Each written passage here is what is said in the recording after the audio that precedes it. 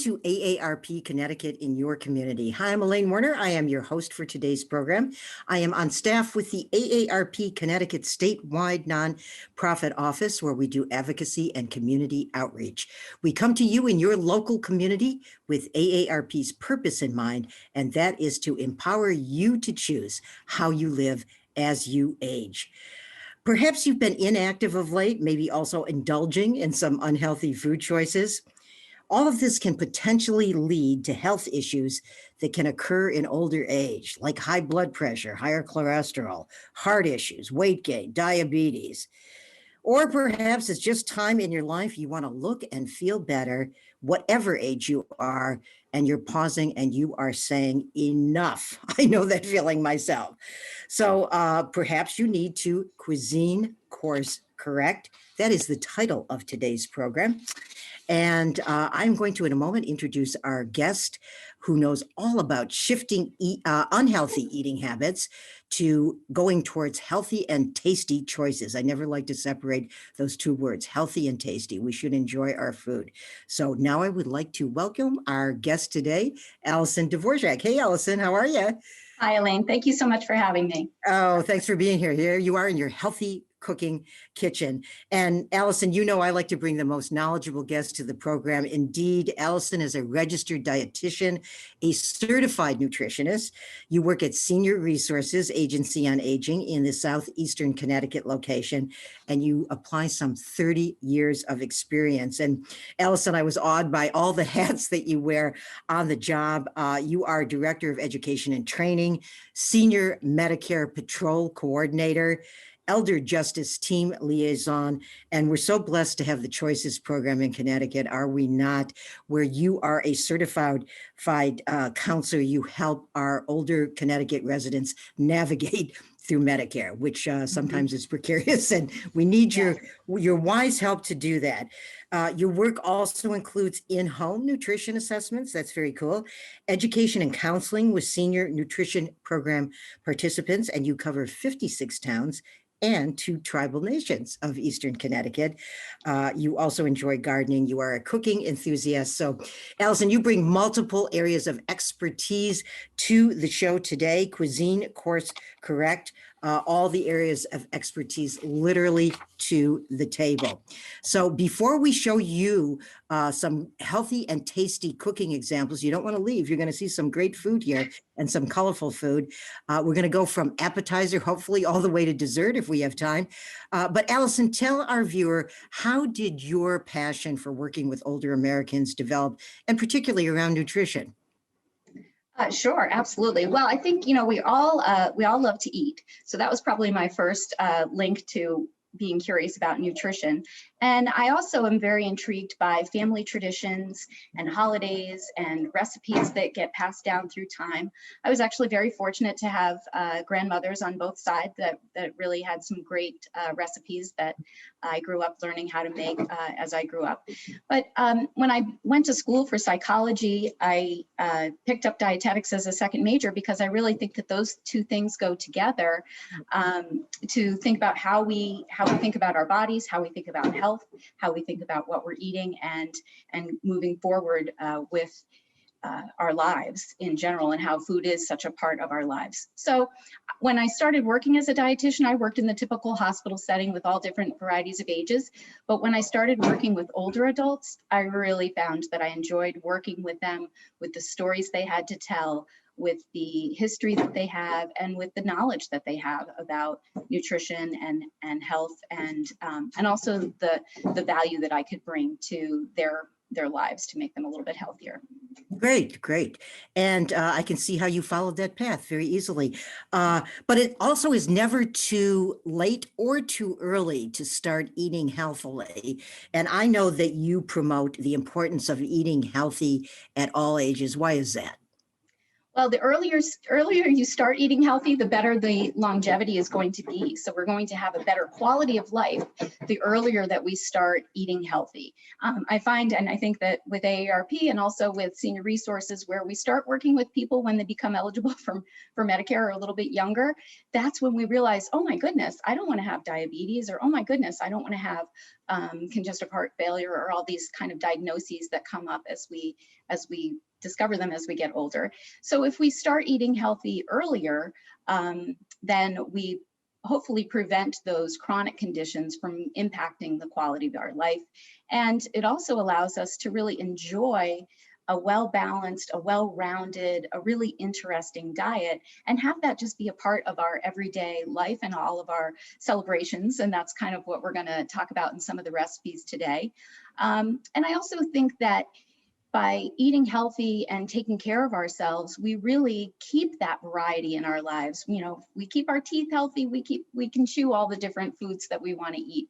If we keep ourselves in a relatively good weight category, we prevent a lot of those health conditions, and therefore we can just continue to eat a regular balanced diet of foods, which we're going to talk about more today. Right. And you, you know, in your educational background, Allison, you mentioned psychology and nutrition, and I get that. I mean, there are so many things that can trigger unhealthy eating, right? And then there are the association, the relationships we've had with food that you just touched on. You know, celebrations, birthdays, weddings, et cetera, cultural traditions. There's so many, you know, things that are tied into certain kinds of foods for sure. I've heard you talk about having a loving relationship with food, and food should be fun. So we're going to proceed right away in just a moment with showing you some fun ways to stay healthy, but also enjoy your food and hopefully gain longevity and not worry about the challenges to your health.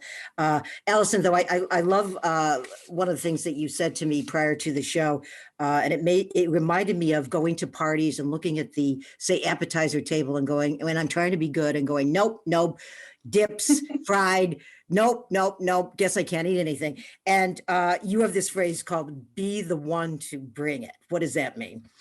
That means that if you bring something to the party that's healthy for you to enjoy and healthy for everybody else to enjoy, then there's more things on the table that everybody can enjoy and stay healthy. And I think that that's, you know, something that we can incorporate into when we go to a festive event. Bring something that's exciting and interesting, and everybody else can enjoy it. And that's kind of that food can be fun. Healthy food can still be fun. Everybody always loves food. We still always have to eat. So let's make it enjoyable with foods that are good for us. So I'll give you a couple examples of things that are really simple to prepare. And I think what the overlying theme on all recipes that I like to share is that they're very easy to prepare, because sometimes we like to, you know, if it gets too complicated or it requires special equipment, then sometimes you won't do it. Or ingredients that you're never going to have around the house. So I like to keep it with simple ingredients and also not a whole lot of work involved in preparing it. I like that, Allison. Simplicity and ease for sure. And I just want to mention, we're going to jump right in now. We're going to start with an appetizer. But I'd also like to say we're going to put Allison's email up in the credits at the end of the show. But if you have any questions for Allison, comments, you need feedback, ct@aarp.org is an email address. Again, that's ct@aarp.org. Just put in the subject line, Allison, food is something that's going to lead us to her, and we'll make sure that the emails get forward to you. So I'm going to say bon appetit right now, and let's dig right in with an appetizer that's healthy. Yeah, absolutely. So one thing I made here, this is a roasted pepper dish. And this is basically just a sliced up orange pepper. I like orange or yellow. They tend to be a little less, they don't repeat as much on people who might have a little bit of heartburn. And it's drizzled with 1 teaspoon of olive oil. You could actually do a little bit less, and then some fresh thyme, or you could use dried thyme as well, just sprinkled over the top and roasted in the oven at 375 for about a half an hour. And I like to serve that with a nice whole grain cracker, or you could do a whole grain bread of some sort. But this is a great dish for a brunch or for a cookout, or, you know, any time of day. And basically serves up like you would have a bruschetta or something like that, but it's only really those, the two ingredients with the pepper and the thyme.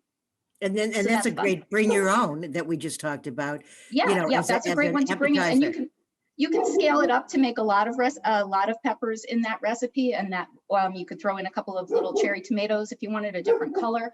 But the whole point is that you're finding a lot of really great colors and simple foods that include vegetables, because we can always add a vegetable to our day and to our menu. That's Well, and color is so important. All right, so great appetizer, but multiple purposes for that. Let's, Allison, talk about an entree, and Yes. I know you're gonna present variations on a theme, because we've got, obviously, all kinds of people in the audience: meat eaters, low fat protein, Yep. or maybe they're like me, a pescatarian. They eat fish, but they don't eat meat. Absolutely. And I do, forgive me, my dog is probably seeing me hold up this meat here, and he's Well, barking outside, but I'm sorry about that. The expect wonders him of cooking not from to home. respond. Yeah. I am showing different ways here to prepare meats for the grill. A lot of times, if we're entertaining, we are going to eat outside. And it is really nice to incorporate a variety of items, because not everybody eats pork, or not everybody eats fish, and not everybody eats beef or chicken. So it's nice to have a nice variety of foods, because you don't always know what people are changing their diet intake to. So what I've done here is, if you're going to do a roast of meat, like a cut of meat, like a steak or a pork, you want to do something like a dry rub. Is a nice, easy way to incorporate some different flavors without a lot of salt. And I made this dry rub just by putting together some dried herbs. I put paprika and cumin together with some minced garlic. No salt, no pepper, because the ones, if you buy a pre-made mix, they're always going to have a lot of salt in them. So just an easy rub on there. And for most meats, you want to have them outside of the fridge for about 15 to 20 minutes before you put them on the grill, just so that they grill evenly. And for the chicken, and also meats, a solid meat piece like this, you want to cook to at least a good medium. And that's about 150 to 155 degrees if you were going to temp it.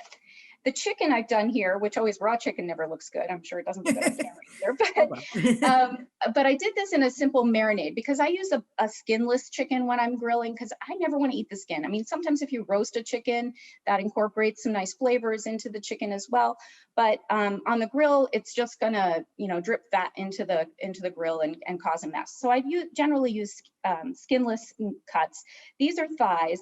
And what I did is made a simple dressing with just olive oil and lemon juice. And then I put a little bit of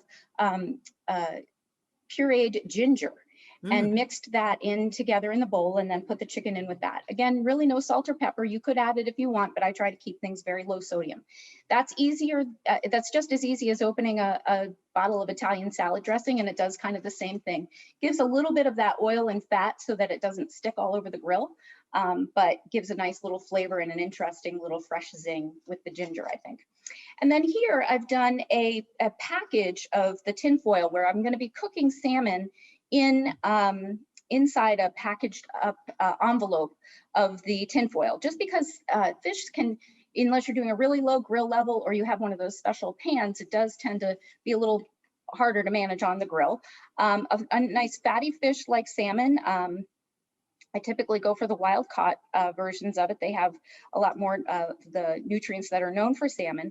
And here I just did it with some of those diced up plum tomatoes or cherry tomatoes with basil, drizzle of olive oil, and then pesto. This one's out of the jar, but a lot of times I make pesto because I grow basil, and then I just, use up the leaves that way. And you just fold that up into a little envelope and then put it on the grill until it's cooked to about 145 degrees. So that way you can have a lot of meats out there that can please your crowd. Another thing you want to have is roasted vegetables. So you can do vegetables on the grill. If you have a lot of grill space, sometimes it means that you've got things all over the grill there. So I was kind of running out of grill space in my planning here. So I ended up doing just roasted vegetables. I cut them like I could have put them on the grill. So about, a half-inch thick, and you'd be able to just, I sprayed them with a little bit of an olive oil out of a can spray, or you could drizzle them and toss them in it. And onions and broccoli and mushrooms and carrots, like any firm vegetable can go on the grill, and it gets nice score marks and provides a very interesting, colorful plate as well. That's exciting for anybody to eat. You can do the same thing with fruits. I love peaches at the end of August, and I'll, just cut them in half and do that same thing, spray them with just a smidgen of vegetable oil, and then grill them on the grill, and they get the spore marks on them, and it just softens up the flesh of the peach, and it's just so delicious to eat, on its own or with as a side dish to anything else. And Allison, I assume if you don't have access to a grill, any of these things, of course, you could do in the oven or a pan. A couple of things you mentioned with the fish, for sure, fresh versus farm raised is always going to be healthier, right? I'm so glad you addressed the salt issue, and try to use the other great spices you mentioned. I love varieties of spices and just playing with them. And fresh, I mean, I grow a lot, and I do a garden, as we said, so I have a lot of herbs growing all the time, and they're simple to grow indoors or out. And then you can still use dry all the time, and they're easy to just have on hand and play with it a little bit for flavor. I do want to show you these poached fruits though, because I think everybody was a little bit like, when you and I were talking about it, you were like, I don't know about that. But so what I did here was, this is a fresh plum and a fresh peach. And I just sliced them in half and put them in a little shallow pan of boiling water. Now you can drizzle this with a honey. That's not coming off my knife very easily, but this is just in water. You don't even need to put anything on it. But you could, because now that's a whole piece of fruit that somebody's going to have as a dessert and think that that's very crazy exciting. The other thing you could do as a cheat, and this I do if I'm serving a large crowd, these are canned pears that were packed in just juice, and I'm probably going to lose all my liquid here as I toss it, but I just left them in the juice water, and I put them in the oven to warm up the peaches or the pears. And again, you can just do a little chocolate, you could do a little cinnamon sprinkle on there, you could do a little squirt of whipped cream if you wanted to, and they make a very interesting dessert for people, where you wouldn't think like, hey, instead of a cookie, I'm going to eat a pear. And even if you have that little bit of sweetness on there, is not a big deal. Well, and we know, honey is good for you. We don't want to overindulge in anything, but you keep saying a little of this, a little of that. We always hear everything in moderation. And there are different varieties of things, of fat content and sweet content in the stores as well. With a beverage also, Allison, of course, we can think of same old, like, iced tea, and maybe even an iced coffee in the summer is nice. But what if we wanted something a little jazzier? What would you suggest? Yeah. So what I'm doing right now is I just took a sliced lemon, and I'm running the lemon, flesh around the top of my glass, I'm sorry. And so I have just a little bit of juice on there. And now, believe it or not, here I am, the dietitian, saying, here's a little bit of sugar. But this is, this whole amount that's in this dish right now is 16 calories worth of sugar, okay? Now I'm going to just play with my cup a little bit in the sugar. Okay, so I barely got any of that 16 whole calories. I maybe have 1 calorie worth of sugar on my cup. And then I put ice in my cup, and I do just a little seltzer water. Oh, and I put in my lemon that I used to rub the juice on the side of it, and pour that over, and you've got a lemon fizz. Now, if you wanted to, and I'll tell you what, this is actually going to taste like a fizzy lemonade, because every sip you take, you're getting direct input of sugar with just a little bit though, like a 1 calorie sugar all around. If you wanted to, you could also put in a little splash of white wine or a little vodka or tequila, or if there was an alcohol type drink that you wanted. But again, very, very little sugar, not the kind of juice, or if you were drinking a lemonade, that would typically have a lot more sugar in it than that little bit. Plus, it looks really fun and festive. Absolutely. I love that. Fun and festive indeed. I also spoke with you and you said that recipes should be made with love. We'll come back to where we started the program today, that we all have a relationship with food. We should love our food. Food is fun, think colorful. Any other comments you want to make about our relationship with food, Allison, and the love of food, and I guess how we address it and stay fit, stay healthy, look great, feel great, and it all tastes good too. It does, and I think that's the key. Is that if we think of food as love and how our relationships with food is love, it comes through in sharing that family recipe and talking about it with others about how to cook it, and it also comes with making that plan to be the one to bring it, so that you're bringing something that's showing love for you, and it's showing love for others because you're encouraging them to be healthy in a simple and effective way. Because anytime we're eating more color, we're probably eating a lot healthier with fruits and vegetables. Right. Think color, and think ease, simplicity as well. I know in your work, Allison, you're involved with also the what is called SNAP, or the Supplemental Insurance Nutrition Program. And if you could just let our viewer know about now people that might be eligible for that, and how does going to a farmer's market relate to that? Right. So the Supplemental Nutrition Assistance Program is called SNAP, and it's such a wonderful program that's really expanded, especially during the whole pandemic. They increased amounts that were provided to people. I'm not real sure how long that's going to go on, but they've actually increased for seniors, especially. They've reduced the paperwork process of it, so the application is much easier. Income it changes a little bit, but basically, if your income per month is around $1,800 a month or less, you should really call your agency on aging to do a screening, because there's going to be some program that's going to be helpful for you budget wise. In addition to the senior nutrition, the SNAP program, there's the senior farmers market voucher program, and that is coming out again this summer. It's been in effect for about 10 years. And then with that program, we're able to give a packet of vouchers that's worth $18 in $3 increments to go spend at a farmer's market and buy fresh fruits and vegetables from your local farmer. So it's really great for the farmers, and it's great for the people that get to eat those fruits and vegetables. So we're really happy to be a provider of that program. So I reach out to a lot of locations. I go out to a lot of farmers markets. So you might see me in your neighborhood sometime over the summer talking about nutrition at a farmer's market as well. And on the SNAP with the Agency on Aging, we really can help screen for so many programs related to Medicare as well, like the Medicare Savings Program, and things that can help people just save a little bit of money here, there, and everywhere. And since you touched on the Medicare Savings Program, Allison, that has to do, am I right, with the helping with the high cost of prescription drugs? Yes. Yeah. Yep. So there's assistance there. Allison, as I said to our viewer, we're going to put up the ARP email address for people to go to, but why don't you just throw out your email address now, and we will put it in the credits. And if people wanted to reach you directly, they can email you at ADVORAK, so my first initial and my last name, at seniorresourcesec.org. Great. And Allison, we didn't, you showed us a sort of a cool fizzy drink at the end there. Just about hydration. I have heard, and you would know better than me in your work, but that as we get older, we don't hydrate enough. The importance of hydration, and other than water, I mean, what do you think about diet soda? We talked about a splash of alcohol, et cetera. What do you have to say about hydration as we age? It's key, and we never get enough of it, really. And one of the big tips is to start early. So if you've made it till 2, 3 o'clock in the afternoon and you're starting to feel thirsty, you're probably behind.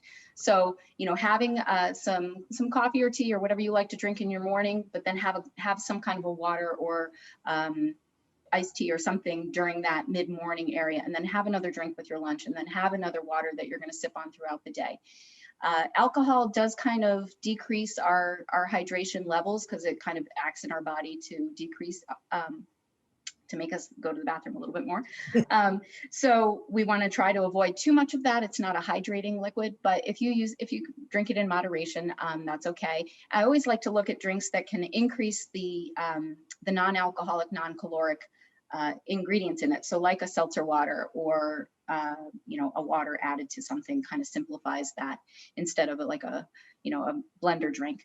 There's also all kinds of milks that are good, fine and good for you to drink. Skim milk has lower fat and lower calories. Whole fat milk, a lot of people like the flavor of, and that's fine as well. It does have more fat and more calories, but some people need that. So it's not a thing to be too afraid of as well. I'm not a huge fan of sodas other than seltzer water, just because they can have a lot of phosphates in them, but occasionally, or, maybe not an everyday, but an occasional treat would be fine. And certainly there's tons of foods that have water in them, all fruits, almost all vegetables, Right. Watermelon, all those kind of things. They have a lot of water in them as well that help to hydrate us. Great. And not much time left here, just to go off the food thing for a moment, though. Allison, since you're a certified counselor for the Choices program, just briefly, if you describe for our viewer what the Choices program is, please. Sure. So in Connecticut, we call it Choices, but basically it's the State Health Information Program. And if you look at your Medicare and You book, that's the number that's on the back of the book to call for questions. So that leads you to your area agency on aging. And we actually train a bunch of people as Choices counselors so that they can work in different locations, not just our office. And certainly we're able to work with people over the phone and through video conferencing. But it's individualized. It's an individualized look at what's a good plan for you. Is it traditional Medicare? Is it with a Medicare supplement, or is it a Medicare Advantage plan? There's so many options out there, A, B, C, D, E, F, G, the whole alphabet. Yeah. And we are trained to understand that. We don't sell anything. So we're always there just to make sure that people have good information to find out, is that the best plan for them? We encourage people to look at it every year. Just because one plan was good for you and covered your medications, as far as the prescription drug plan was, if that was good one year, doesn't necessarily mean it's going to be good the next year. Right. Just because it came from your employer before doesn't mean it's going to be the best for you always. So we're always happy to look at it. It's free help. And also there's an open enrollment period annually for looking more carefully at your Medicare plan with the Choices counselor, someone like Allison, in her Senior Resources Agency on Aging in Southeastern Connecticut, but there are area agencies on aging regionally throughout the state. Allison, I want to thank you for being on the program today, bringing you the most knowledgeable, we hope. You certainly bring credentials with you. Registered dietitian, certified nutritionist, again, at Senior Resources Agency on Aging. And we'll put up Allison's contact information. But if you have questions, comments, need feedback from her, again, you can do it through ARP's website, ct@arp.org. Thanks so much, Allison. It's always great to partner with your agency and now with you personally. Appreciate it. Thanks. Absolutely. Thank you. Take care. You're welcome. And thank you for watching. If you are a member of ARP, you're amongst some 600,000 right here in the state of Connecticut.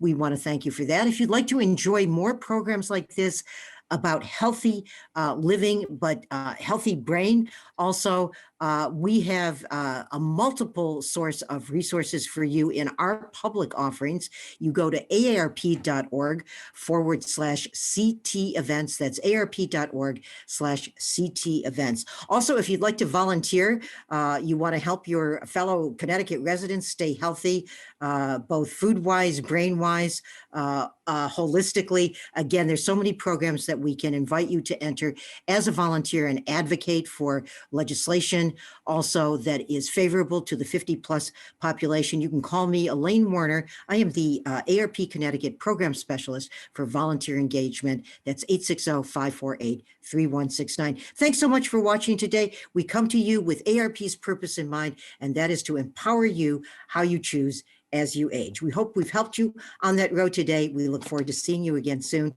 and thanks for watching.